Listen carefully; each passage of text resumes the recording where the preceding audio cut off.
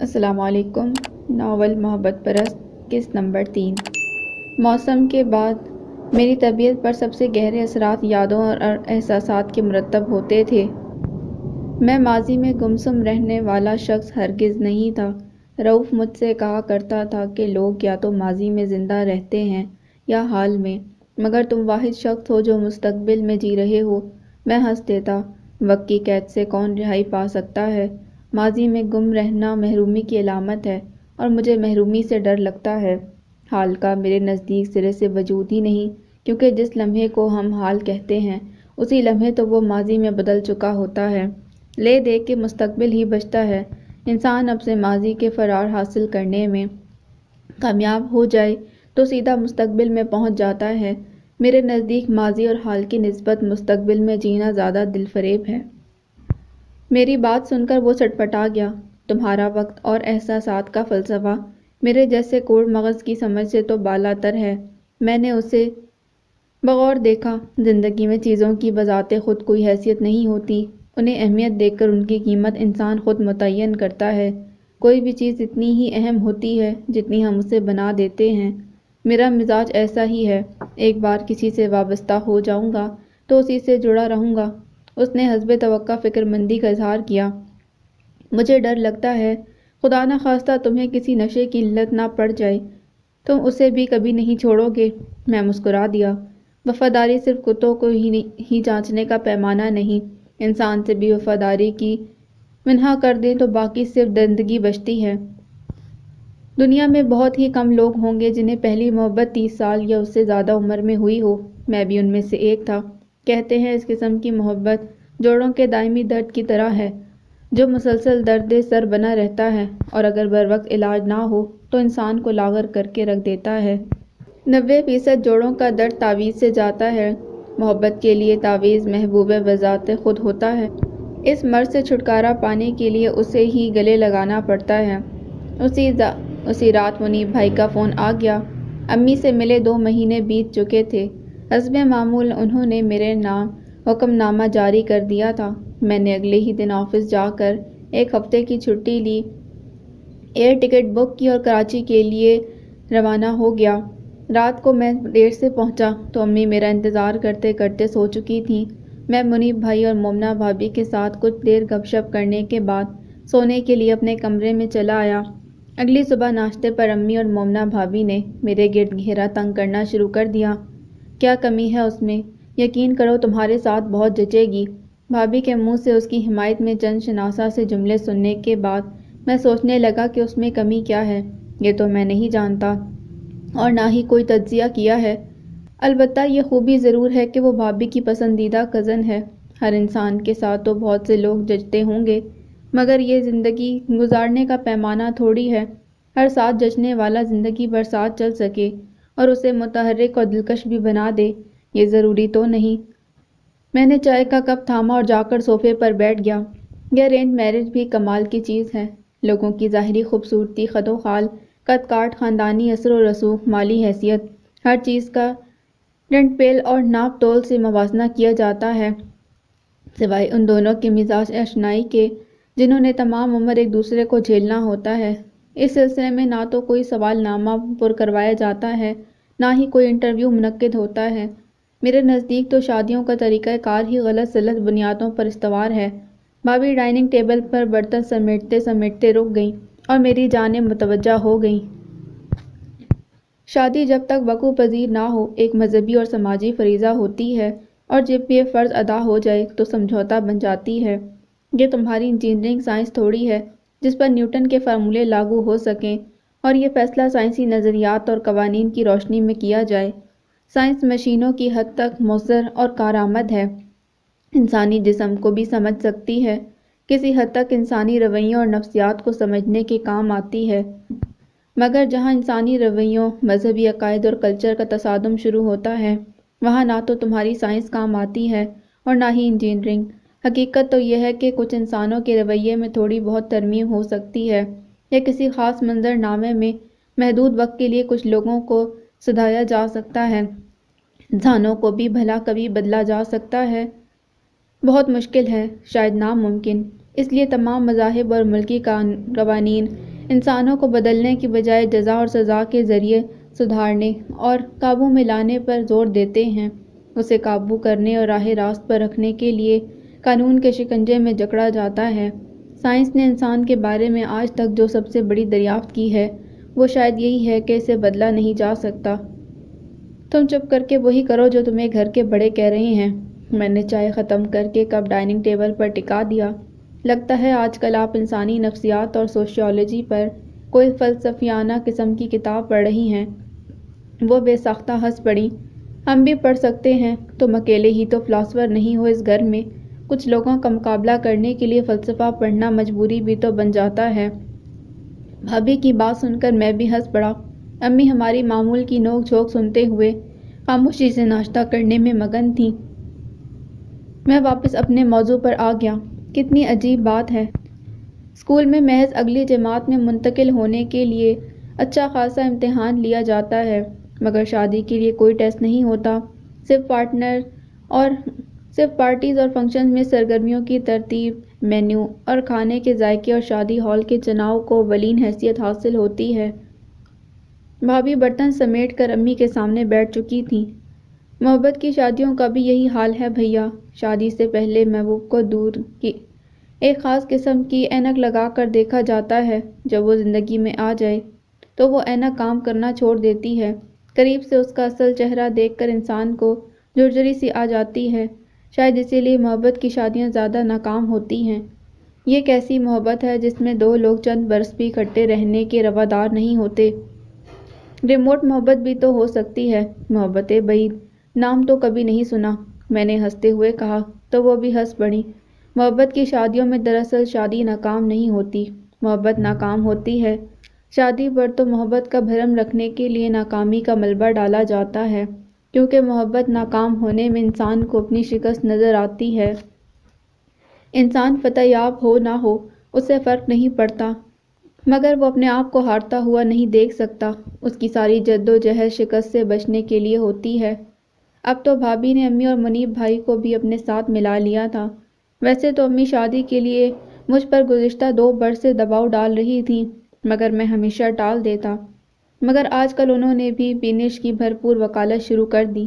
بھابھی تو بینش کی شان میں قصیدے پڑھتے نہیں تھکتی تھیں، اس کی ایسی ایسی خوبیاں ڈھونڈ ڈھونڈ کر لا رہی تھیں جن کی اپنے اندر موجودگی سے وہ خود بھی لا علم تھی۔ ذہانت، سگڑاپا، ملنساری، لذیذ کھانے بنانے میں مہارت اور نہ جانے کیا کیا۔ بھابھی کی باتوں سے تو لگتا تھا کہ اگر آئنسٹائن اور کلیوپیٹرا بھی آج زندہ ہوتے تو اس کے سامنے پانی بھرتے نظر آتے۔ میں نے ایک دنیا دیکھی تھی، انسانوں کو پہچاننے میں مجھ سے کم ہی غلطی ہوتی تھی۔ مجھے اس میں کچھ بھی خاص نہیں لگتا تھا۔ واجبی سی شکل و صورت، اوسط درجے کی لڑکیوں والی روایتی عادات اور اطوار، تنگ نظر اور جزوی منہ پھٹ۔ اس کے والدین اور دوسرے بہن بھائی تو لاس اینجلس میں مقیم تھے، مگر وہ یہاں اپنے چچا کے ہاں رہتی تھی، اسی لیے منیب بھائی کی طرف اکثر آتی رہتی تھی۔ جب بھی میں کراچی آتا ہر دفعہ اس سے ملاقات ہو جاتی۔ میں نے اسے آئنسٹائن کی تھیوری آف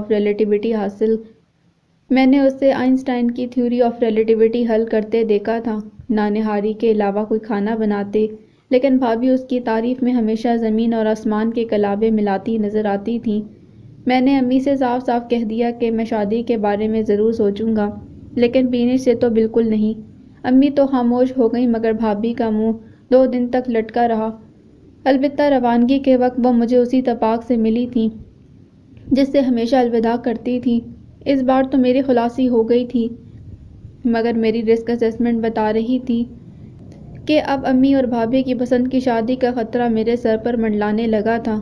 ان کے حالیہ غیر فطری اتحاد کو مد نظر رکھتے ہوئے میں پورے وثوق سے کہہ سکتا تھا کہ اب وہ دونوں اس وقت تک چین سے نہیں بیٹھیں گی جب تک اپنی منظور نظر دوشیزہ کو میرے ساتھ ہمیشہ ہمیشہ کے لیے نتھی کر کے میری نکیل اس کے مضبوط ہاتھوں میں نہ تھما دیں۔ ایئرپورٹ سے راستے پر تنزیلہ بھابھی نے اپنے بیگ میں سے ایک پیکٹ نکالتے میری جانب تشکرانہ نگاہوں سے دیکھا۔ ارمین بھائی، اس میں ارباب کی کچھ چیزیں ہیں، اس کے گھر پہنچا دیں، اسے ان کی ضرورت ہوگی۔ آپ تو جانتے ہیں کہ ہم ایمرجنسی میں جا رہے ہیں۔ رات کو میری اس سے فون پر بات ہوئی تھی، میں نے اسے بتا دیا تھا کہ آپ یہ پیکٹ اس کے گھر پہنچا دیں گے۔ یہ درخواست ہے پلیز۔ بھابھی آپ درخواست نہیں حکم کیا کریں، آپ فکر نہ کریں میں پہنچا دوں گا۔ میں نے فوراً حامی بھر لی، پھر وہ پینسل لے کر اس پر کچھ لکھنے لگی۔ میں نے رباب اور منصور بھائی کے سیل نمبرز اس پر لکھ دیے تاکہ اگر جانے سے پہلے انہیں مطلع کرنا ہو تو رابطہ ہو سکے۔ پھر وہ پینسل لے کر اس پر کچھ لکھنے لگی۔ میں نے رباب اور منصور بھائی کے سیل نمبرز اس پر لکھ دیے ہیں تاکہ اگر جانے سے پہلے انہیں مطلع کرنا ہو تو رابطہ ہو سکے۔ یہ کہتے ہوئے انہوں نے پیکٹ میری جانب بڑھا دیا۔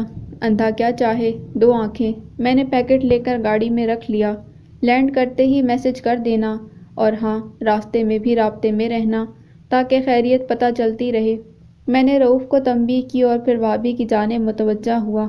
اللہ تعالیٰ آپ کی امی کو صحت دے۔ انہوں نے آمین کہا۔ میں نے فرح کو پیار کیا اور انہیں ایئرپورٹ پر الوداع کر کے واپس چلا آیا۔ تنزیلہ بھابھی کے والدین اپنے بڑے بیٹے کے ساتھ ٹورانٹو میں مقیم تھے۔ یہ لوگ ہر 2 یا 3 سال بعد وہاں کا چکر ضرور لگاتے تھے۔ آج کل ان کی والدہ ہاسپٹل میں داخل تھیں۔ والدہ کی بیماری کی اطلاع پا کر تنزیلہ بھابھی تو جیسے تڑپ اٹھی تھیں۔ ان کا بس نہ چل رہا تھا کہ کسی طرح اڑ کر کینیڈا پہنچ جائیں۔ جیسے ہی فرح کو اسکول سے گرمیوں کی چھٹیاں ہوئیں، تنزیلہ بھابھی نے کینیڈا جانے کا پروگرام بنا لیا۔ رؤوف نے بھی 2 مہینے کی چھٹی لے لی۔ اس طرح آج پوری فیملی کینیڈا سدھار گئی تھی۔ یہ سچ ہے کہ صنعتی اور سائنسی ترقی نے اس وسیع و عریض دنیا کو ہمارے لیے ایک چھوٹا سا گاؤں بنا کر رکھ دیا ہے، مگر یہ دسترس بھی ایک لمحہ فکریہ ہی تو ہے۔ نہ ہی انسان جہاز بناتا، نہ ہی 7 سمندر پار تک رسائی اتنی سہل اور تیز ہوتی، اور نہ ہی لوگوں میں ایک دوسرے سے جدا ہونے کی ریت پروان چڑھتی۔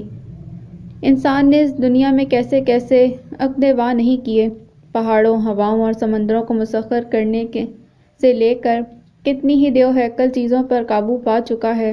اگر کوئی چیز اس سے مکمل طور پر بے قابو ہے تو وہ اس کے اپنے جذبات اور احساسات ہیں۔ انسان خود ہی اپنوں سے جدا ہونے کے جتن کرتا ہے اور پھر خود ہی جدائی کا رونا روتا ہے، مگر جدائی اپنے قریبی رشتوں اور پیاروں سے ہی تو نہیں ہوتی، یہ تو ان جگہوں، احساسات، رسم و رواج، یادوں، موسم اور ہر اس چیز سے ہوتی ہے جس سے اس کا جذباتی لگاؤ ہو جاتا ہے۔ اگر دیکھا جائے تو اس نام نہاد ترقی نے انسان کو اپنوں سے دوری کے سوا دیا ہی کیا ہے؟ ایک چھت کے نیچے رہتے ہوئے بھی ایک ساتھ نہیں رہنے دیا۔ اس دوڑ میں انسان یہ بات شاید بھول گیا کہ ٹیکنالوجی اور ترسیل کے میدان میں انقلاب لانے سے وہ ہر چیز درآمد کر لے گا، مگر جذبات اور احساسات کی امپورٹ کبھی ممکن نہیں ہو سکے گی۔ خود تو چند گھنٹوں میں ہی اڑ کر لندن اور نیو یارک پہنچ جائے گا، مگر دسمبر کی دھند تو لاہور میں ہی رہ جائے گی۔ بہت سے ڈالر بھی کما لے گا اور ایک سے بڑھ کر ایک روزگار بھی مل جائے گا، مگر بچپن کے دوست اپنے دیس کے گلی کوچوں کو بھول بھلائیوں میں کہیں کھو جائیں گے۔ گاڑی، بنگلہ، سیل فون سبھی کچھ خرید لے گا، مگر خلوص اور محبت کو بھی دام کے عوض خرید پائے گا۔ ہر چیز گھر کی دہلیز پر آ گرے گی تو محبت کی ہوم ڈیلیوری بھی کبھی ممکن ہو سکے گی۔ ہر قسم کی اشیاء اس کے لیے آن لائن ڈسکاؤنٹ پر میسر ہوں گی، مگر احساسات کے اتوار بازار بھی لگ پائیں گے کہیں؟ فاصلے کہاں مسخر ہوتے ہیں؟ ماں کے بیمار پڑنے پر پردیس میں بیٹھے بٹھائے فیس بک پر محض اسٹیٹس اپ ڈیٹ کر دینے سے ہی تسلی کہاں ملتی ہے؟ اس کے لیے تو خود چل کر لاہور یا یاترا کرنی پڑتی ہے، جس طرح آج تنزیلہ بھابھی بھاگم بھاگ ٹورانٹو کے راستے پر تھیں۔ اگلے 2 دن میں مصروف رہا۔ تیسرے دن منصور بھائی کا نمبر ڈائل کیا۔ پتہ نہیں کیوں میں نے رباب سے رابطہ نہیں کیا، البتہ اس کا نمبر اپنی کانٹیکٹ لسٹ میں محفوظ کر لیا تھا۔ منصور بھائی مجھے انتہائی معقول آدمی لگے۔ انہوں نے فوراً مجھے ہفتے کی شام کھانے پر مدعو کر لیا۔ میں نے بہت مزاحمت کی، مگر ان کے مسلسل اصرار پر آخر مجھے ان کی بات ماننا پڑی۔ بچوں کے لیے چاکلیٹس اور اس ماہ کامل کے لیے کچھ پھول لے کر ہفتے کی شام محض گھر میں موجود تھا جس کے سامنے میں نے اسے 6 ہفتے پہلے ڈراپ کیا تھا۔ کھانے سے پہلے وہ 2 مرتبہ ڈائننگ روم میں آئی تھی، ایک دفعہ کولڈ ڈرنکس لے کر اور دوسری بار اپنی بھابھی سے کچھ پوچھنے۔ میری جب کسی پر نظر پڑتی تو میں سیدھا آنکھوں میں دیکھتا تھا۔ شاید جذباتی لوگوں کی عادت ہوتی ہے کہ وہ آنکھوں میں دیکھ کر بات کرتے ہیں۔ اس کی آنکھوں میں جھانکتے ہی ایک ساتھ کے لیے بحر الکاہل کی وسعتیں میرے ذہن میں گھوم گئی تھیں۔ سفید شلوار، جامنی کرتے اور ہلکے نیلے رنگ کے دوپٹے میں وہ سر سے پاؤں تک رباب لگ رہی تھی۔ اس نے سلام کیا تو اسے دیکھ کر میں بے اختیار اٹھ کھڑا ہوا۔ آپ تشریف رکھیں پلیز۔ وہ کچھ پل کے لیے کسی پھلجھڑی کی مانند کمرے کو منور کر کے واپس لوٹ گئی۔ اس کی آواز کی کھنک سے دور دراز کسی خاموش وادی میں بہتے شفاف پانی کے جھرنوں کی پرکیف آوازیں میرے ذہن میں گونجنے لگی۔ اس نے مجھ سے کوئی بات نہ کی۔ ہاں، کھانے کے دوران تنزیلہ بھابھی کی خیریت پوچھی تھی۔ میں نے بتایا کہ رؤوف سے میرا رابطہ ہوا تھا، وہ سب لوگ خیریت سے ہیں۔ تنزیلہ بھابھی کی امی ہاسپٹل سے فارغ ہو کر گھر واپس آ چکی ہیں اور اب ان کی حالت خطرے سے باہر ہے۔ آج میں نے اس کے کومل ہاتھوں سے بنا کھانا کھا لیا تھا۔ میں نے پچھلے 3 گھنٹوں میں محسوس کیا تھا کہ وہ کم ہی بولتی تھی، نہ کہ میری موجودگی کی وجہ سے اس کی زبان کو تالے پڑ جاتے۔ مجھے لگا وہ اپنے گرد و نواح سے سراسر بے خبر اور بے نیاز تھی۔ اسے کسی چیز میں بھی دلچسپی نہیں تھی، کوئی بھی تجسس نہیں تھا۔ جتنی وہ کم گو تھی، اس کی آنکھیں اتنی ہی زیادہ بولتی تھیں۔ کھانے سے فارغ ہو کر ہم ایک بار پھر اسی متاثر کن حد تک سجے سجے ڈرائنگ روم میں آ بیٹھے تھے۔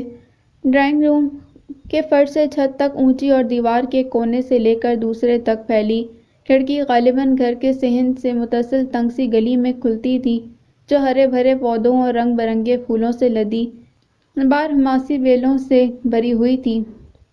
اس کے پیچھے والی دیوار چنبیلی کے سفید، گلے لالہ کے سرخ، گلے سریبی کے نارنجی اور سوسن کے گلابی پھولوں سے اٹی ہوئی تھی۔ میرے بالکل سامنے والی دیوار کے ساتھ ٹکے لکڑی کے ایک مستطیل نما میز پر ملتانی پوٹری کے نیلے رنگ کے کچھ فن پارے پڑے تھے، جن کے بالکل اوپر دیوار پر آویزہ مدھم سے رنگوں سے سینچی ہوئی پینٹنگز ایبسٹریکٹ آرٹ کی نشاندہی کر رہی تھیں۔ کمرے کے دونوں کونوں میں پتھر کے بڑے بڑے مخروطی گلدان پڑے تھے، جن پر گندھا کاری گندھار آرٹ کی عکاس تھی۔ وہاں اس ماہ کامل کی موجودگی حسن اور آرٹ کا حسین امتزاج پیش کر رہی تھی۔ میرا متاثر ہونا یقینی تھا۔ آخر میں نے پوچھ ہی لیا کہ یہ سب لوازمات کس کی پسند ہیں۔ بھابھی نے بتایا یہ سب رباب کا چناؤ ہے، گھر کی ساری زیبائش اسی نے کی ہے۔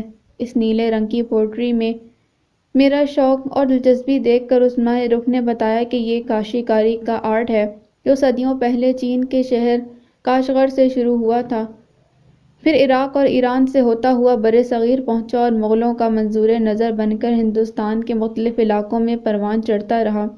عراق میں 578 قبل مسیح میں تعمیر شدہ بابل تہذیب کی نشانی اشتار گیٹ اس آرٹ کی قدیم ترین باقیات میں سے ایک ہے۔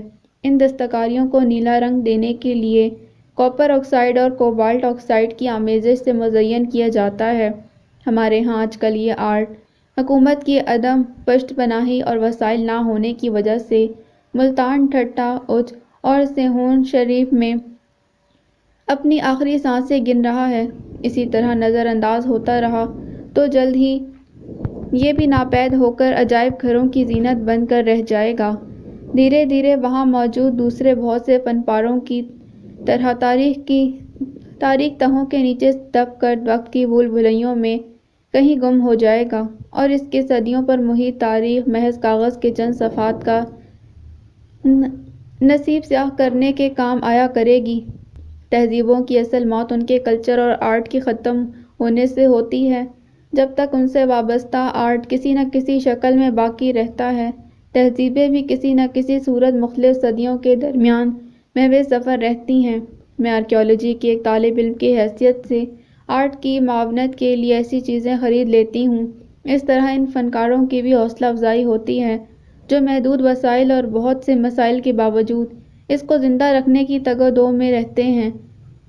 میں ٹکٹکی باندھے اسے دیکھ رہا تھا اور میرا رواں رواں نازنین کے ٹھنڈے پانیوں کے جھرنے کی رمجم جیسی آواز سے جھوم رہا تھا۔ کہتے ہیں کسی گھر میں رہنے والوں کے ذوق اور نفاست کا اندازہ اس میں موجودہ چیزوں کے انتخاب اور ترتیب سے لگایا جاتا ہے۔ اب تو میں اس کے ذوق اور ذہنیت کا بھی مدعا ہو گیا تھا۔ وہ واقعی ایک ماہ کامل تھی، جس کی چاندنی پل بھر میں ہی میرے دل میں گھر کر گئی تھی، جس کی روشنی میرے خون میں تحلیل ہو کر رگوں میں دوڑنے لگی تھی، اور اب دن رات میرے دل کے ساتھ ساتھ روح بھی جگمگاتی رہتی تھی۔ چند گھنٹوں میں ہی ہم بے تکلف سے ہو گئے۔ منصور بھائی نے مجھ سے اگلی ملاقات کا بھی وعدہ لے لیا۔ وہ بینک مینیجر تھے۔ میاں بیوی دونوں ہی کافی خوش مزاج تھے۔ ان کے دونوں بچے بھی تمیزدار تھے۔ مجھے وہ ایک شاندار فیملی لگی۔ کھانے کے بعد میں اٹھ کھڑا ہوا۔ اب میں اجازت چاہوں گا حرمین بھائی۔ مہمان آتا اپنی مرضی سے ہے مگر جاتا میزبان کی مرضی سے ہے۔ سمیرا بھابھی کی بات سن کر میں مسکرا دیا۔ منصور بھائی بھی اصرار کرنے لگے، اب تو آپ کو رکنا ہی پڑے گا ڈاکٹر صاحب۔ میں نہ تو خود اپنی بیگم کی حکم عدولی کرتا ہوں اور نہ ہی کسی کو کرنے دیتا ہوں۔ میں قہقہ لگا کر ہنس پڑا۔ انہوں نے آگے بڑھ کر میرا ہاتھ تھام لیا۔ ہمارے ساتھ چائے پیے بغیر آپ نہیں جا سکتے، اسی بہانے کچھ دیر اور گپ شپ بھی ہو جائے گی۔ مجھے ان سے اپنائیت سی محسوس ہونے لگی۔ انہوں نے میرے ساتھ ایسا برتاؤ کیا جیسے میں ان کے گھر کا ہی ایک فرد ہوں۔ وہ چائے بنانے لگی۔ چینی کتنی لیں گے آپ؟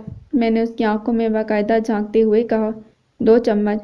پل بھر کے لیے میرا دل چاہا کہ اس سے کہوں کہ پھول کو مہکنے کے لیے بھلا کسی سے پوچھنا پڑتا ہے یا سورج طلوع ہو کر کرنیں بکھیرنے کے لیے کسی کی جانب دیکھ کر اشارے کا منتظر رہتا ہے یا باد نسیم کو چلنے کے لیے کسی کی اجازت لینی پڑتی ہے، تو پھر مجھ سے یہ سوال کیوں؟ لفظ ذہن میں ہی مچلتے رہ گئے۔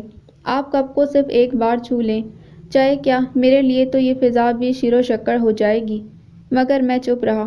محبت کثرت جذبات کا اظہار اور عقیدت احساس کا ناپ تول ہے۔ شاید اسی لیے عشق حسن کے سامنے ہمیشہ سرنگوں رہتا ہے۔ ویسے بھی میں دل پھینک تھا، نہ ہی بدنیت۔ خواتین کی عزت کرنا بھی اچھے طریقے سے جانتا تھا۔ میں تو اسے صرف ایک بار یہ احساس دلانا چاہتا تھا کہ وہ مجھے اچھی لگتی ہے، تاکہ اگر اس صنف میں اور بھی امیدوار ہوں تو مجھے ایک سالڈ اسکوئر اس نامعلوم سے تعلق کا بھی مل جائے۔ محبت پر میں عبادت کی طرح یقین رکھتا تھا، ایک عقیدے کی طرح اہمیت دیتا تھا۔ میں کوئی چوریاں کھانے والا مجنوں نہیں تھا کہ ایک درد سے شنوائی نہ ہونے پر کسی نئی لیلا کی تلاش میں سرگرداں ہو جاتا۔ نہ ہی میں کسی آوارہ بھنورے کی طرح تھا کہ ڈالی ڈالی گھوم کر اپنا وقت پاس کر لیتا اور پھول پھول سے رس نچوڑ کر اپنے منہ کا ذائقہ بدلتا رہتا۔ میں تو اس ماہ کامل کے شہر حسن میں شربتی آنکھوں کے اثار اور گنہری زلفوں کی پرچھائی میں ایک پرسکون اور خوبصورت سی زندگی کی آماج گاہ کا طلبگار تھا۔ میں نے کبھی اپنے اصولوں پر سمجھوتا نہیں کیا۔ یونیورسٹی میں پڑھائی اور بیرون ملک ملازمت کے دوران سال ہا سال خوبصورت لڑکیوں کے جھرمٹ میں رہا۔ آسٹریلیا میں قیام کے دوران مجھے شارلی اور اولیویا نے مشروط محبت کا اشارہ بھی دیا تھا، جسے میں نے نظر انداز کر دیا۔ ان لڑکیوں سے میرا تعلق صرف گپیں ہانکنے تک ہی محدود تھا۔ میں غیر مسلم کولیگز اور دوستوں کے ساتھ حسب ضرورت بار میں چلا جاتا تھا، مگر وہاں میرا لیمن سوڈے کا گلاس ان کی رنگ برنگی شرابوں کا منہ چراتا نظر آتا۔ مجھے اپنے مسلمان ہونے پر فخر تھا اور میں اپنی شناخت قائم رکھنا چاہتا تھا۔ آدھی دنیا میں سفر کر کے اور مختلف معاشروں کو قریب سے دیکھنے کے بعد میں مشرقی اقدار کو اپنے معاشرے کی بہت بڑی طاقت سمجھنے لگا تھا، کیونکہ ان کی وجہ سے ہمارا خاندانی نظام قائم اور دائم ہے، ورنہ ان معاشروں کی حالت زار دیکھ کر خوف آنے لگتا ہے جہاں خاندانی نظام کو نظر انداز کیا جاتا ہے، جہاں مرد اور عورت کا حتمی مقصد ایک خاندان چلانا نہ رہے، تو وہاں محض دکانوں پر پلاسٹک اور نائلون کی عورتیں اور مرد دھڑا دھڑ بکنے لگتے ہیں۔ ان سے وہ سارے کام لیے جا سکتے ہیں جو ایک مرد اور عورت کو ایک دوسرے سے مخصوص ہوتے ہیں۔ اگر انسانیت دن بدن اسی طرح ہی گرتی رہی تو ایک دن اسے اندھے کنویں میں گر کر خودکشی کرنے سے کوئی نہیں بچا سکتا۔ اگر دیکھا جائے تو اس دنیا میں انسانوں سے زیادہ تہذیبوں نے خودکشی کی ہے، وہ بھی اپنے ہی خنجر سے۔ اسی لیے اپنی ثقافتی اقدار پر قائم رہنے کا میں اپنے تئیں بہت بڑا حامی تھا۔ عین اسی وقت منصور بھائی کا فون بج اٹھا۔ وہ بات کرنے کے لیے کمرے میں چلے گئے۔ بھابھی اسی کمرے میں موجود تھیں مگر بچوں کے ساتھ مصروف تھیں۔ بے ساختہ میری نگاہیں اٹھیں اور اس پری چہرے پر جم سی گئیں۔ پل بھر کے لیے مجھے لگا کہ جیسے میری تشنہ نظریں اسی ایک لمحے کی صدیوں سے منتظر تھیں جو اس کے ایک ہی جلوے سے یکدم سیراب ہو گئیں۔ میں نے اسے پہلی بار نظر بھر کر دیکھا۔ میری نظروں کے ارتکاز کو محسوس کر کے وہ سمٹ سی گئی۔ کہتے ہیں عورت کی ایڑیوں پر بھی آنکھیں ہوتی ہیں، وہ پیچھے مڑ کر دیکھے بغیر بھی بتا سکتی ہے کہ پیچھے آنے والا اسے کس نظر سے دیکھ رہا ہے۔ میں محبت میں عقیدت کا قائل تھا، گستاخی ہرگز نہیں کرنا چاہتا تھا، اس کے بعد جتنی دیر وہاں رکا میں نے اس کی جانب دوبارہ نظر اٹھا کر نہیں دیکھا۔ اس کے بعد منصور بھائی کی دعوت پر میں کئی بار ان کے گھر گیا، کبھی بچے کی سالگرہ پر اور کبھی چائے یا کھانے پر۔ وہ ایک خوشگوار شخصیت کے مالک تھے، ان سے گفتگو کر کے بہت مزہ آتا۔ اس دوران میں اس ماہ کامل سے کبھی بھی مخاطب نہ ہوا۔ چاند کا منصب تو بس چاندنی بکھیرنا ہوتا ہے، باتوں میں الجھا کر اسے اداس تھوڑی کیا جاتا ہے۔ مگر میرے لیے تو اس گھر کے در و دیوار میں بھی ایک کشش تھی، ایک نامعلوم سی انسیت تھی۔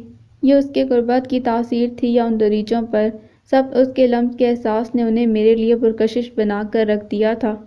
نہ جانے یہ کیسا عجیب احساس تھا جو ہر گزرتے لمحے کے ساتھ میری رگوں میں اترتا چلا جاتا تھا۔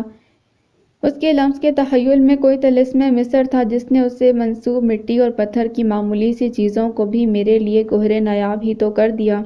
لمس تو دور کی بات، میرا تو یہ سوچ کر ہی دل مچلنے لگتا تھا کہ اس کی نگاہوں میں کتنی بار ان چیزوں کو چھو چھو کر عبور کیا ہوگا۔ سانس لینا تو ایسا لگتا جیسے اس کوچے میں تو ہوا کے جھونکے بھی اس کے ابرو کی جنبش سے رقص کرتے ہوں گے۔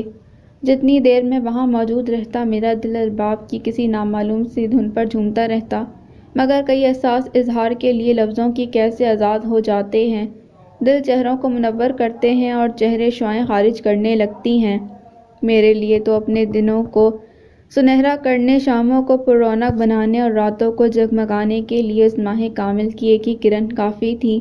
جب بھی وہاں جاتا اس کی موجودگی کے احساس سے روشن ہو کر ہی پلٹتا۔ اسے جی بھر کر دیکھنے کی کبھی ضرورت محسوس نہ ہوئی، بس ایک ہی نظر سے جی لبالب بھر جاتا اور میں اپنی روح کو سیر کر کے واپس چلا آتا۔ مجھے اور کیا چاہیے تھا؟ جیسے کہتے ہیں پیار کرنے والوں کو ایک نگاہ کافی ہے۔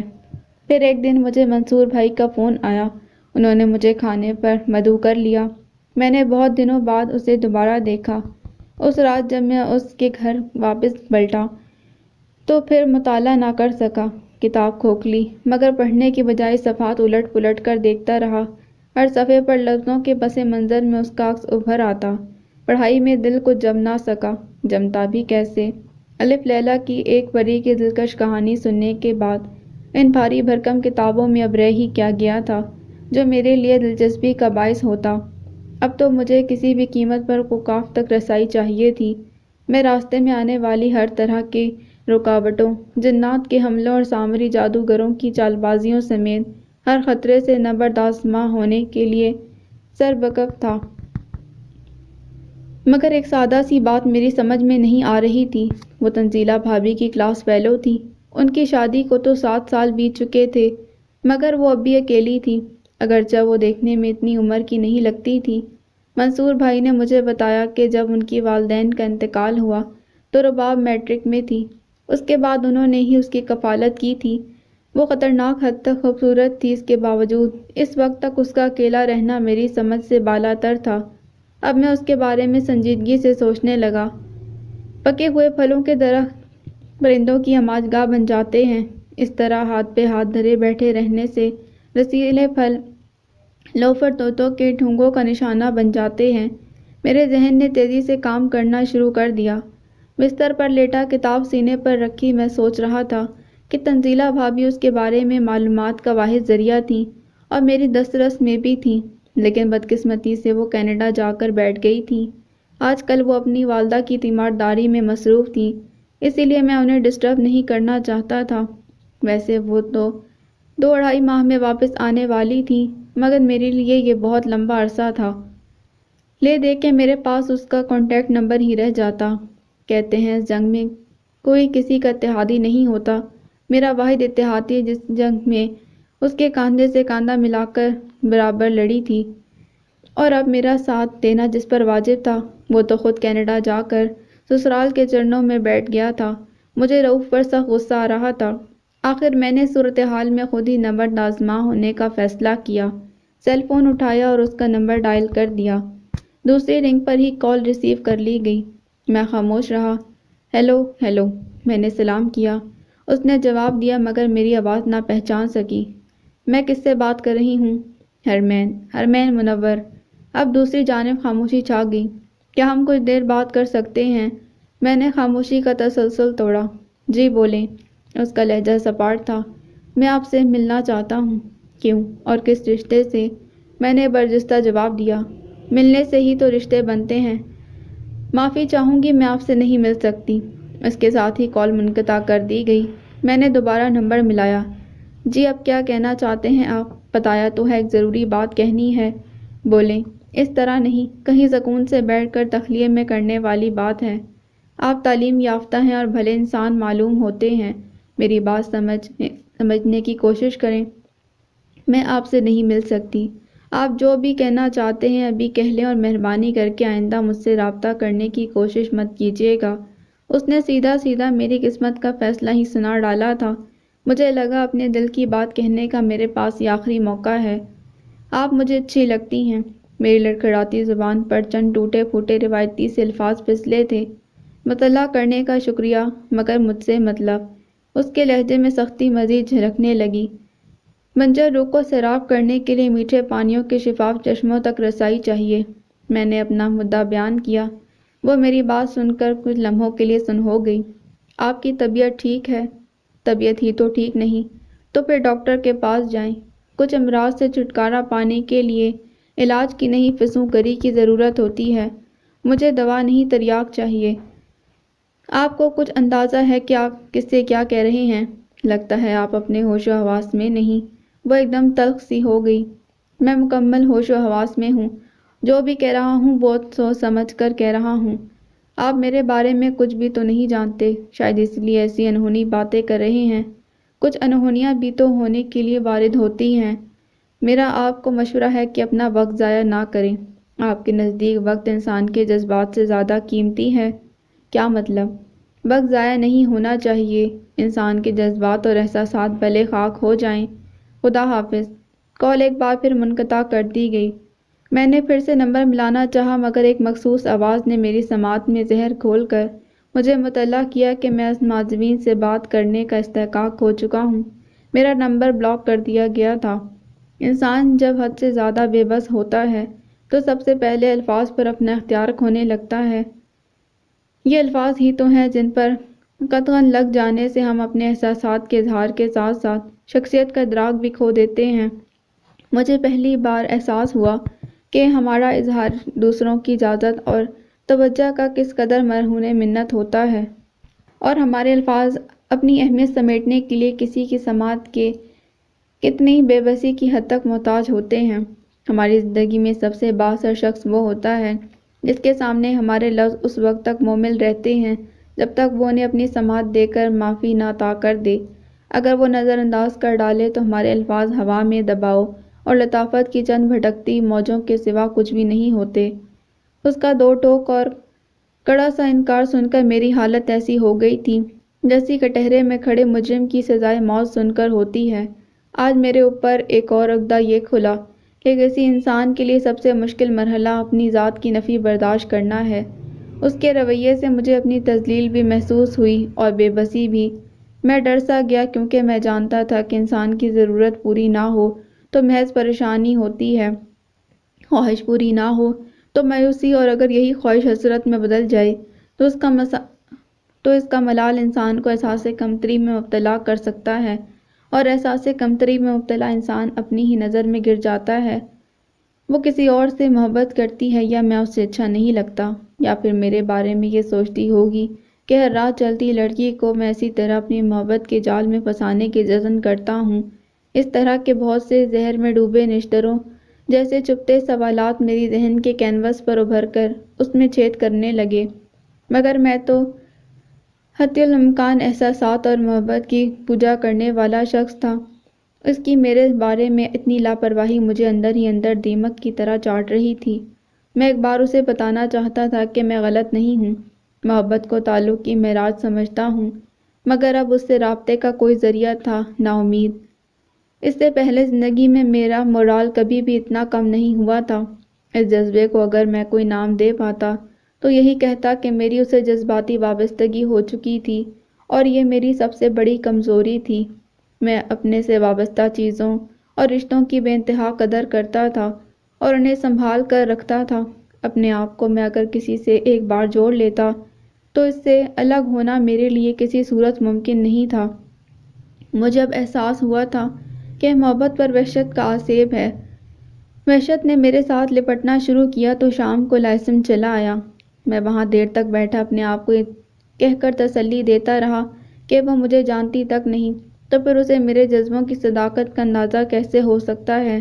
چھوٹا استاد کئی مرتبہ میرے پاس آیا اور اداسی کا سبب پوچھا، مگر میں ٹال دیتا۔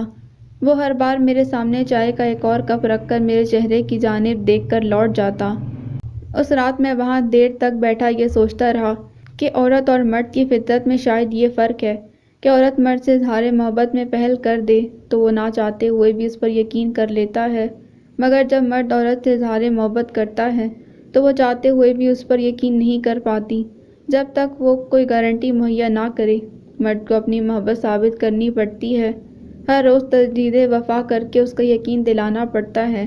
اس کے برعکس عورت اپنی محبت سے متعلق مرد کو صرف مطلع کرتی ہے اور وہ اس اطلاع پر ہی منوعن یقین کر لیتا ہے۔ عورت نے اپنی یہ ساکھ بنانے اور اپنے جذبات کو انمول بنانے کے لیے صدیوں پر محیط سفر طے کیا ہے، اپنے آپ کو شرم و حیا کا پیکر ثابت کیا ہے، وفا کی دیوی کے طور پر منوایا ہے۔ اس پورے سفر میں مرد دن بدن اپنی ساکھ کھوتا رہتا ہے۔ اسے بے قیمت ہونے کے لیے بھی تو صدیاں ہی لگتی ہیں۔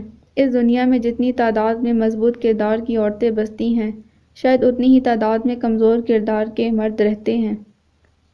وقت کو جیسے پڑ لگ گئے تھے، دن اور رات کے درمیان کسی سرپٹ گھوڑے کی مانند دوڑ رہا تھا۔ آفس میں کام کا لوڈ دن بدن بڑھتا جا رہا تھا۔ رؤوف سے ہر دوسرے نہیں تو تیسرے دن فون یا واٹس ایپ پر رابطہ ضرور ہو جاتا۔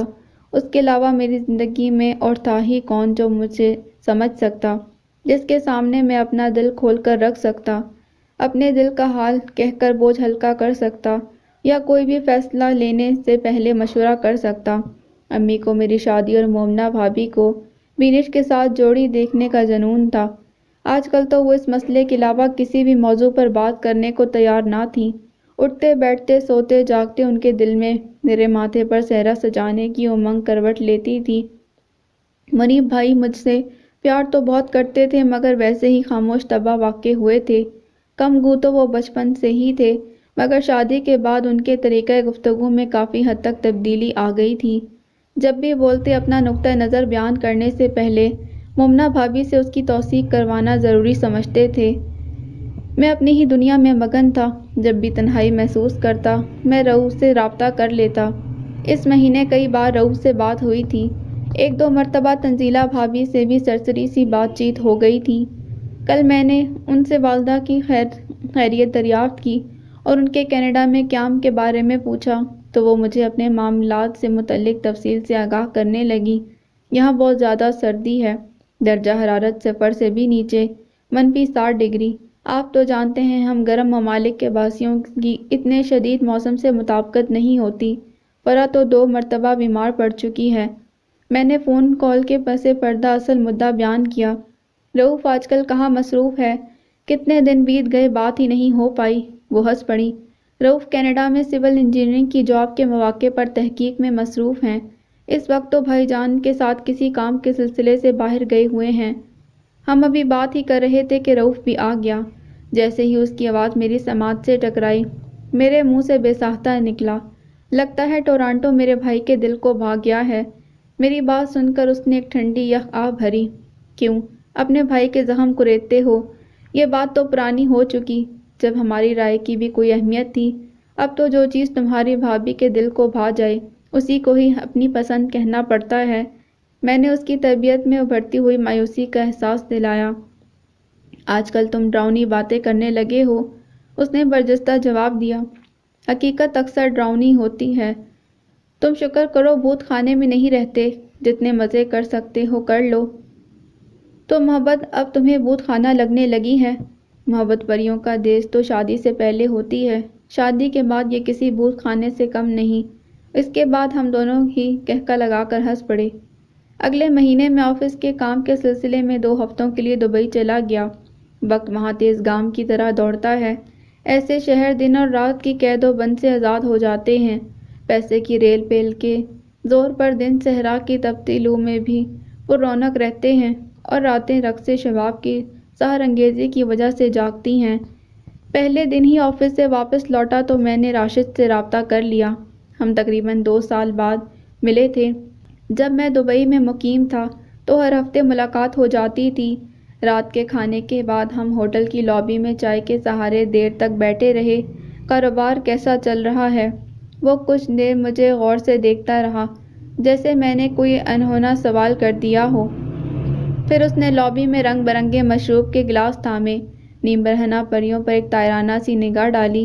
کاروبار تو ٹھیک چل رہا ہے اللہ کے فضل سے، مگر تم جانتے ہی ہو کہ یہاں کاروباری زندگی چلانے کے لیے محتاط رہنا پڑتا ہے۔ بس یہ سمجھ لو کہ ہر قدم پھونک پھونک کر رکھنا پڑتا ہے۔ دیکھو ذرا ان لوگوں میں کتنے ہمارے ہم وطن ہیں۔ اس نے انگلی کے اشارے سے ان پھولوں سے لپٹے بھنوروں کی جانب میری توجہ مبذول کرائی۔ رات کے اس پہر صنف نازک اور مرد آہن میں فرق ضم ہو چکا تھا۔ کچھ اندھیرے کا فائدہ اٹھا رہے تھے اور کچھ روشنی کی پرواہ کیے بغیر جذبات کے روح میں بہہ کر اندھے ہو چکے تھے۔ کئی جوڑے دروازوں کی اوٹ میں چھپے ہوئے تھے تو کچھ بڑے بڑے مخروطی ستونوں کا سہارا لے کر ایک دوسرے کو باپردہ محسوس کر رہے تھے۔ بار کے کاؤنٹر پر ہجوم تھا۔ 3 جا رہے تھے تو 6 آ رہے تھے۔ عرب، ہندی، افریقی، پاکستانی، فلپائنی، یورپی، امریکی، غرض ہر کماش کا بندہ عربی شیخوں کی بہتی گنگا میں حسب استطاعت اپنی من پسند جگہ پر ہاتھ دھونے میں مگن تھا۔ دھیمی دھیمی عرب موسیقی میں نیم برہنہ لڑکیوں کا رقص ماحول کو مزید تشنگی کی نظر کر رہا تھا۔ سچ کہہ رہے ہو، ہمارے ملک سے جو لوگ کام کے لیے یہاں آتے ہیں، ان میں سے بہت سے تو اپنی اخلاقیات کا کام تمام کر لیتے ہیں۔ اپنے ملک میں تو شاید وہ مجبوراً نیک ہوتے ہیں۔ وہ میرے اور قریب ہو گیا۔ دبئی کی چکا چوند نے جہاں بہت سوں کے مستقبل کو جگمگایا ہے، وہاں بڑوں بڑوں کو بے حال کر کے اندھیروں میں بھی ڈبویا ہے۔ میں نے اسے غور سے دیکھا۔ محتاط رہنا بھئی، تم بھی کہیں وقت کی رو میں بہہ کر اپنے آپ کو بے حال نہ کر لینا۔ اس نے دونوں ہاتھ اٹھا کر اپنے کانوں کی لوؤں کو چھوا۔ توبہ توبہ، اللہ نہ کرے۔ کہتے ہیں جس کو دبئی میں نظر لگ جائے وہ دبئی کی نظر ہو جاتا ہے۔ رات کے پچھلے پہر میں کمرے میں آ کر سو گیا۔ وہاں میرے کچھ اور بھی پرانے دوست تھے۔ جب بھی کچھ دن کے لیے دبئی آتا تو ملاقاتوں کا کبھی ختم نہ ہونے والا ایک سلسلہ شروع ہو جاتا۔ اس مرتبہ بھی ایسا ہی ہوا۔ دوستوں کو بھی وقت دینا پڑتا اور آفس کا کام بھی بہت زیادہ تھا۔ اپنے کام سے مجھے عشق کی حد تک لگاؤ تھا، اسی لیے کام سے میں پورا انصاف کرتا تھا۔ میں نے بڑی محنت سے اعلیٰ تعلیم اور بین الاقوامی تجربے کے ذریعے اپنے پیشہ ورانہ ساکھ بنائی تھی، جسے کھونے کا میں کسی صورت متحمل نہیں ہو سکتا تھا۔ دن پروجیکٹ آفس میں گزر جاتا، شام کو دوستوں کے ساتھ ڈنر اور پھر ڈنر کے بعد کارنش پر چہل قدمی۔ دبئی کی مصروف روٹین میں 2 ہفتے چٹکی بجاتے گزر گئے۔ اس دوران منیب بھائی اور امی سے بھی صرف 2 بار ہی سرسری سی بات ہو پائی تھی۔ 15 دن کی تھکا دینے والی ٹرپ کے بعد سپہر کے وقت میں نے لاہور ایئرپورٹ پر لینڈ کیا۔ بیلٹ سے ابھی سامان اتار رہا تھا کہ منیب بھائی کی کال آ گئی۔ میرے جانے کے بعد امی ہائی بلڈ پریشر اور دل کے عارضے کی وجہ سے 2 دن ہاسپٹل رہ کر آئی تھیں۔ امی کی طبیعت کی خرابی کا پتہ چلتا تو میں ہر کام چھوڑ کر ان کے پاس پہنچ جاتا۔ دبئی میں قیام کے دوران امی نے مجھے مطلع کرنے سے سختی سے منع کر دیا تھا، اسی لیے انہوں نے مجھے لاہور پہنچتے ہی بتا دیا۔ اگلے دن میرا آفس جانا ضروری تھا۔ ڈیٹا اور رپورٹس اپنے ایک کولیگ کے حوالے کیں اور اسی شام کی فلائٹ سے کراچی پہنچ گیا۔ آپ سے کتنی مرتبہ کہا ہے کہ دوا میں بے احتیاطی نہ کیا کریں۔ میں نے جاتے ہی امی کے دونوں ہاتھ تھام کر شکوہ کیا اور بھابھی سے پوچھا کہ کہیں امی کی دوا اور کھانے میں کوئی کمی بیشی تو نہیں ہوئی۔ اس سے کیوں بحث کر رہے ہو، یہ تو بہت اچھے سے میرا خیال رکھتی ہے۔ امی نے بھابھی کی طرفداری کی، مگر وہ خاموش رہیں۔ وہ جانتی تھیں کہ میں امی کے معاملے میں بہت محتاط ہوں اور اس صورتحال میں کسی سے بھی کچھ کہہ سکتا ہوں۔ گزشتہ برس جب منیب بھائی کی کراچی ٹرانسفر ہوئی تو وہ امی کو اپنے ساتھ یہاں لانا چاہتے تھے، مگر میں انہیں اپنے پاس لاہور میں ہی رکھنا چاہتا تھا۔ مومنہ بھابھی نے بھی ضد تھام لی کہ وہ امی کو ساتھ لے کر ہی جائیں گی۔ ان کی امی سے بہت بنتی تھی اور پھر انہوں نے مجھے گارنٹی دی تھی کہ ان کا بہت خیال رکھیں گی، شاید اسی لیے میں مان گیا تھا۔ شام کو میں معمول کی چہل قدمی سے واپس آیا تو بینش امی اور بھابھی کے ساتھ لاؤنج میں بیٹھی تھی۔ میں نے سلام کیا تو اس نے روکھا سا جواب دیا، میں نے اس کی فیملی کے بارے میں پوچھا تو بھی اس نے کوئی خاطر خواہ جواب نہ دیا۔ بھابھی نے شاید اسے میرے اور امی کے درمیان ہونے والی غیر رسمی گفتگو سے متعلق بریف کر دیا تھا۔ بینش سے اسی قسم کے ہی رد عمل کی توقع تھی۔ مجھے اندازہ تھا وہ اتنی میچور نہیں کہ اس طرح کی صورتحال کو باوقار طریقے سے ہینڈل کر سکے۔ امی اور بھابھی نے مجھے یک زبان ہو کر بتایا تھا کہ ہاسپٹل میں بھابھی کے ساتھ مل کر اس نے امی کا بہت خیال رکھا تھا۔ رات کو بھی ساتھ ہی ٹھہری تھی۔ میں نے اس کا شکریہ ادا کیا تو وہ عجیب سا مسکرائی تھی۔ اس مسکراہٹ سے وہ شاید مجھے یہ احساس دلانا چاہتی تھی کہ now I am nobody for her۔ مجھے اس بات سے کوئی فرق نہیں پڑتا تھا۔ میں اپنے کمرے کی جانب بڑھا تو وہ بھی جانے کے لیے اٹھ کھڑی ہوئی۔ لاؤنج کے دروازے پر بھابھی نے مجھے روک لیا۔ بینش کو گھر چھوڑ آؤ گے؟ ابھی تو پسینے سے شرابور ہوں، نہا لوں تو چھوڑ آتا ہوں۔ میں یہ کہتے ہوئے آگے بڑھ گیا۔ اس نے بیزاری سے میری جانب دیکھا۔ اس کی کوئی ضرورت نہیں، میں خود چلی جاؤں گی، اور پھر سیل فون اٹھا کر اپنے لیے رائڈ بک کرنے لگی۔ میں اپنے کمرے میں چلا آیا، نہا دھو کر واپس پلٹا تو وہ غائب تھی۔ میں لاؤنج میں ہی امی کے پاس بیٹھ گیا۔ انہوں نے مجھے احساس دلانا شروع کر دیا کہ میں نے بچی کا دل دکھایا ہے۔ ان کی باتوں سے مجھے بخوبی اندازہ ہو چکا تھا کہ ابھی تک بینش کا جادو ان کے سر چڑھ کر بول رہا ہے۔ بھابھی تو شاید امی کے جلد صحت یاب ہو کر گھر آنے کو بھی بینش کی کرامات میں سے کرامت ہی قرار دے رہی تھی۔ بھابھی تو شاید امی کے جلد صحت یاب ہو کر گھر آنے کو بھی بینش کی کرامات میں سے کرامت ہی قرار دے دیتی، مگر وہ جانتی تھیں کہ میں اپنا فیصلہ آسانی سے تبدیل نہیں کرتا۔ ان دنوں آفس میں کام کی وجہ سے میں زیادہ دن چھٹی نہیں لے سکتا تھا۔ امی کی طبیعت بھی اب قدرے سنبھل گئی تھی، اسی لیے میں لاہور واپس چلا آیا۔ شاید اسی شام مجھے رؤوف کا پیغام مل گیا۔ 2 دن بعد ان کی واپسی کی فلائٹ تھی۔ میں نے ہی ایئرپورٹ پر ان کا استقبال کیا تھا اور پھر ان کو گھر چھوڑ کر اپنے گھر چلا آیا۔ 2 دن بعد رؤوف نے بھی آفس جانا شروع کر دیا۔ اس طرح دوسرے بہت سے ہفتوں کی طرح وہ ہفتہ بھی چٹکی بجاتے گزر گیا۔ ویکنڈ پر ہم لائسم پر ملے۔ رؤوف نے کینیڈا کے سفر کے بارے میں رپورٹ لینے کے بعد میں اپنی ساری کہانی اس کے گوش گزار کر چکا تھا اور اپنا دل کھول کر اس کے سامنے رکھ دیا۔ وہ میری بات سن کر پریشان ہو گیا۔ اگر تم پہلے مجھ سے یا تنزیلہ سے بات کر لیتے تو بہتر تھا۔ وہ اپنا سر کھجانے لگا۔ اسے اس قدر حیران اور فکر مند دیکھ کر میں نے پوچھ لیا، میں عاقل اور بالغ ہوں، کسی سے بھی محبت اور اظہار محبت کرنے کا حق محفوظ رکھتا ہوں، تم اس قدر پریشان کیوں ہو؟ اس نے میری آنکھوں میں دیکھا۔ تمہیں وجہ بتاتا ہوں تو خود بھی پریشان ہو جاؤ گے، اس نے جس سنجیدگی سے کہا۔ میرا تجسس مزید بڑھ گیا۔ میرے بار بار پوچھنے پر بھی اس نے زبان نہ کھولی، مگر جاتے جاتے مجھے اگلے دن گھر آنے کا کہہ کر وہ اپنی گاڑی میں بیٹھ کر روا ہو گیا۔ میں دیر تک وہیں کھڑا رہا۔ اس کے الفاظ میری سماعت میں گونجتے رہے اور میرے خدشات میں اضافے کا باعث بنتے رہے۔ کل گھر آ کر اپنی بھابھی کی خدمت میں حاضری دو، اس بات کا کیا مطلب؟ مجھے کچھ سمجھ نہ آ سکی۔ بوجھل دل کے ساتھ میں بھی گھر واپس چلا آیا اور بے چینی سے اگلی شام کا انتظار کرنے لگا، مگر مجھے کسی پل چین نہیں آ رہا تھا۔ رات تو ایسے تیسے کٹ گئی لیکن دن کی روشنی بے کلی کے الاؤ کو ایک بار پھر ہوا دینے لگی۔ اضطراب کے ہاتھوں مجبور ہو کر صبح ناشتے پر میں نے رؤوف سے بات کرنے کے لیے فون اٹھایا، مگر پھر نہ جانے کیوں شام تک کے لیے ارادہ ملتوی کر دیا۔ ابھی آفس میں داخل ہی ہوا تھا کہ رؤوف کے واٹس ایپ پر میرا سیل فون لرز اٹھا۔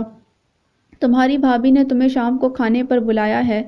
میں نے آفس سے واپس آ کر بھاگم بھاگ کپڑے بدلے اور برقی رفتاری سے گاڑی اڑاتا رؤوف کے گھر پہنچ گیا۔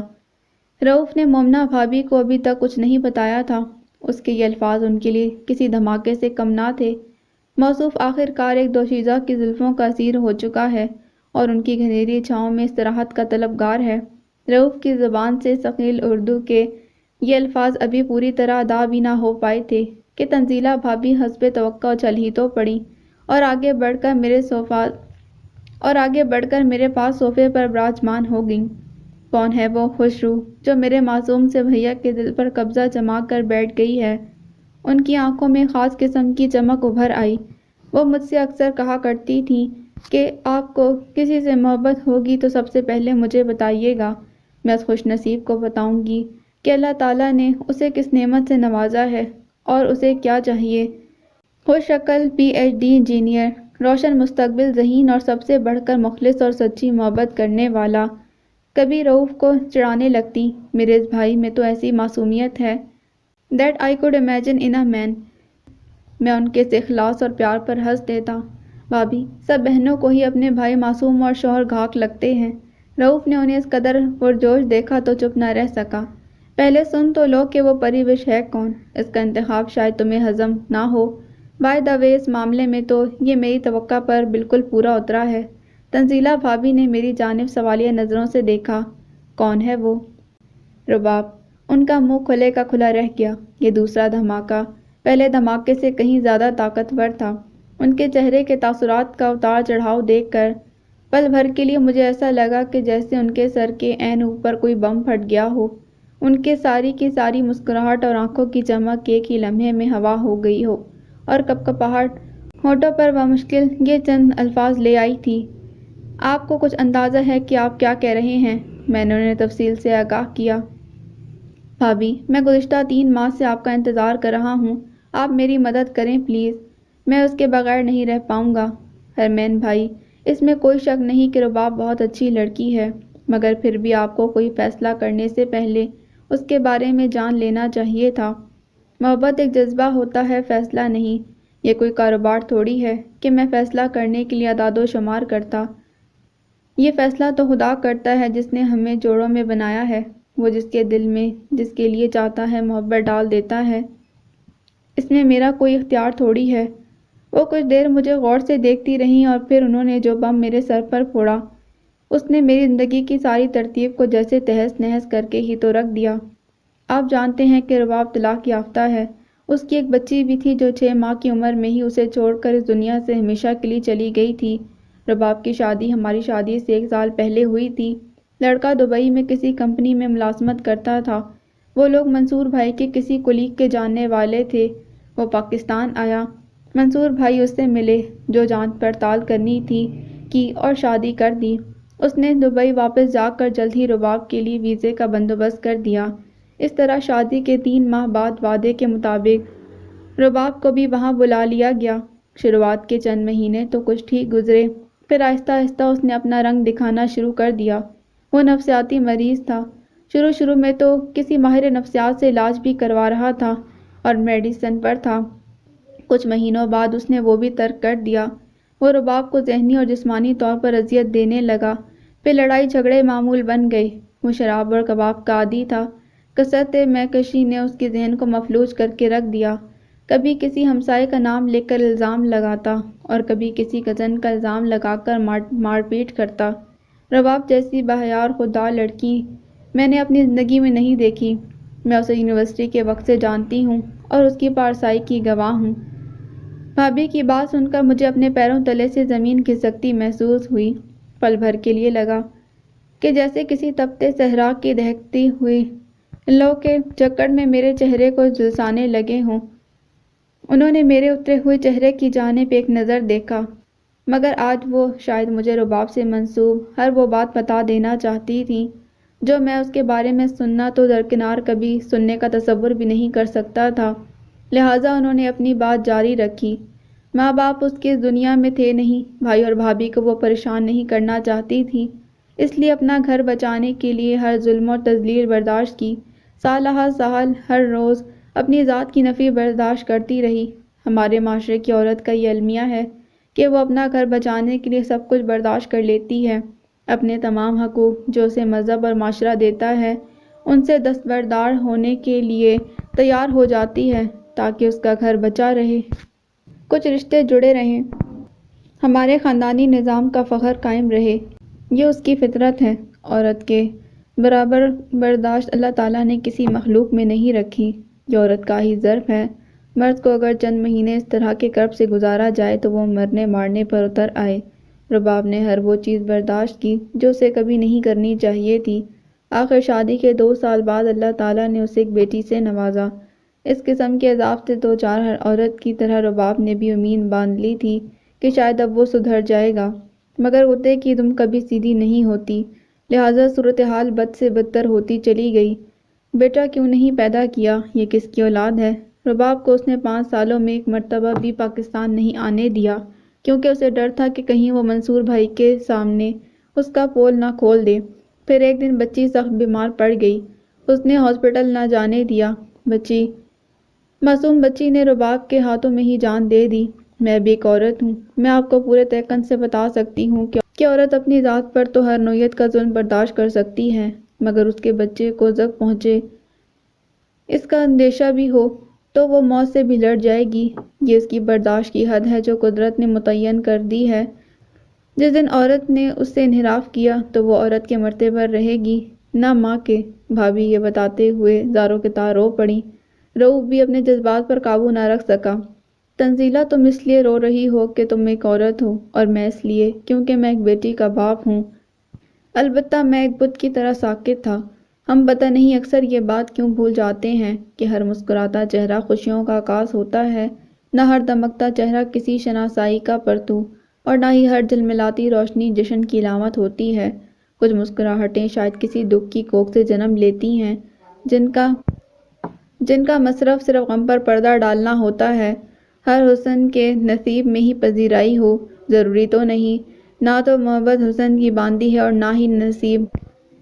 نہ ہی حسن دولت اور طاقت کا تابع۔ محبت ایک نشے کی مانند ہوتی ہے جو خون میں تحلیل ہو کر انسان کی رگوں میں دوڑنے لگتا ہے۔ تنزیلہ بھابھی شاید اس تلخ حقیقت کی کونین سے آج میری نس نس کو زہر آلود کر دینا چاہتی تھیں، لہٰذا میرا ضبط اس امتحان سے گزر رہا تھا۔ تلخ حقائق کی زہر میں گندے الفاظ کسی تیز دھار نشتر کی طرح ان کی زبان سے چھوٹتے رہے اور میرے دل پر چھید لگا لگا کر اسے زخم زخم کرتے رہے۔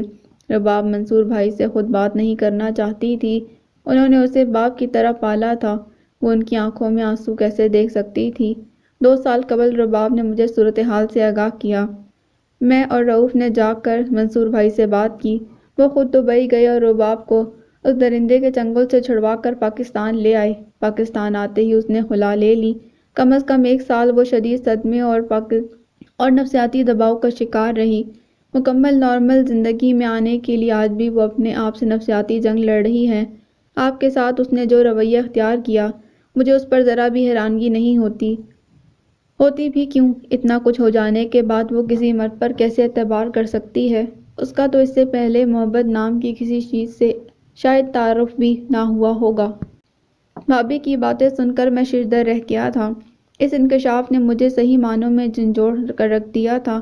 میرے وہم و گمان میں بھی نہ تھا کہ وہ گلاب اس طرح کی اذیت سے گزرا ہوگا اور اس کا ماضی ایک المناک سانحہ ہوگا۔ پھول کی زندگی شاید ایک سانحے کی ہوتی ہے جو پنکھڑیوں کے کھلنے سے شروع ہوتے ہی اور ایک مخصوص دورانی کے لیے مہک کر بکھر جاتی ہے۔ پھول بھلے دوسروں کی زندگی میں خوشبوئیں اور رنگ بکھیرتے ہیں، مگر اس مقام پر پہنچنے کے لیے انہیں خود بکھرنا پڑتا ہے۔ اس سے بڑا سانحہ بھلا اور کیا ہوگا کہ معصومیت اور ناز کی کہ یہ استعارے کانٹوں پر پیدا ہوتے ہیں اور پروان چڑھتے ہیں، خود تو کچھ پل ہی جیتے ہیں مگر اپنی مہک سے دوسروں کی زندگیوں میں خوشیاں بھری یادوں کو دوام دے جاتے ہیں۔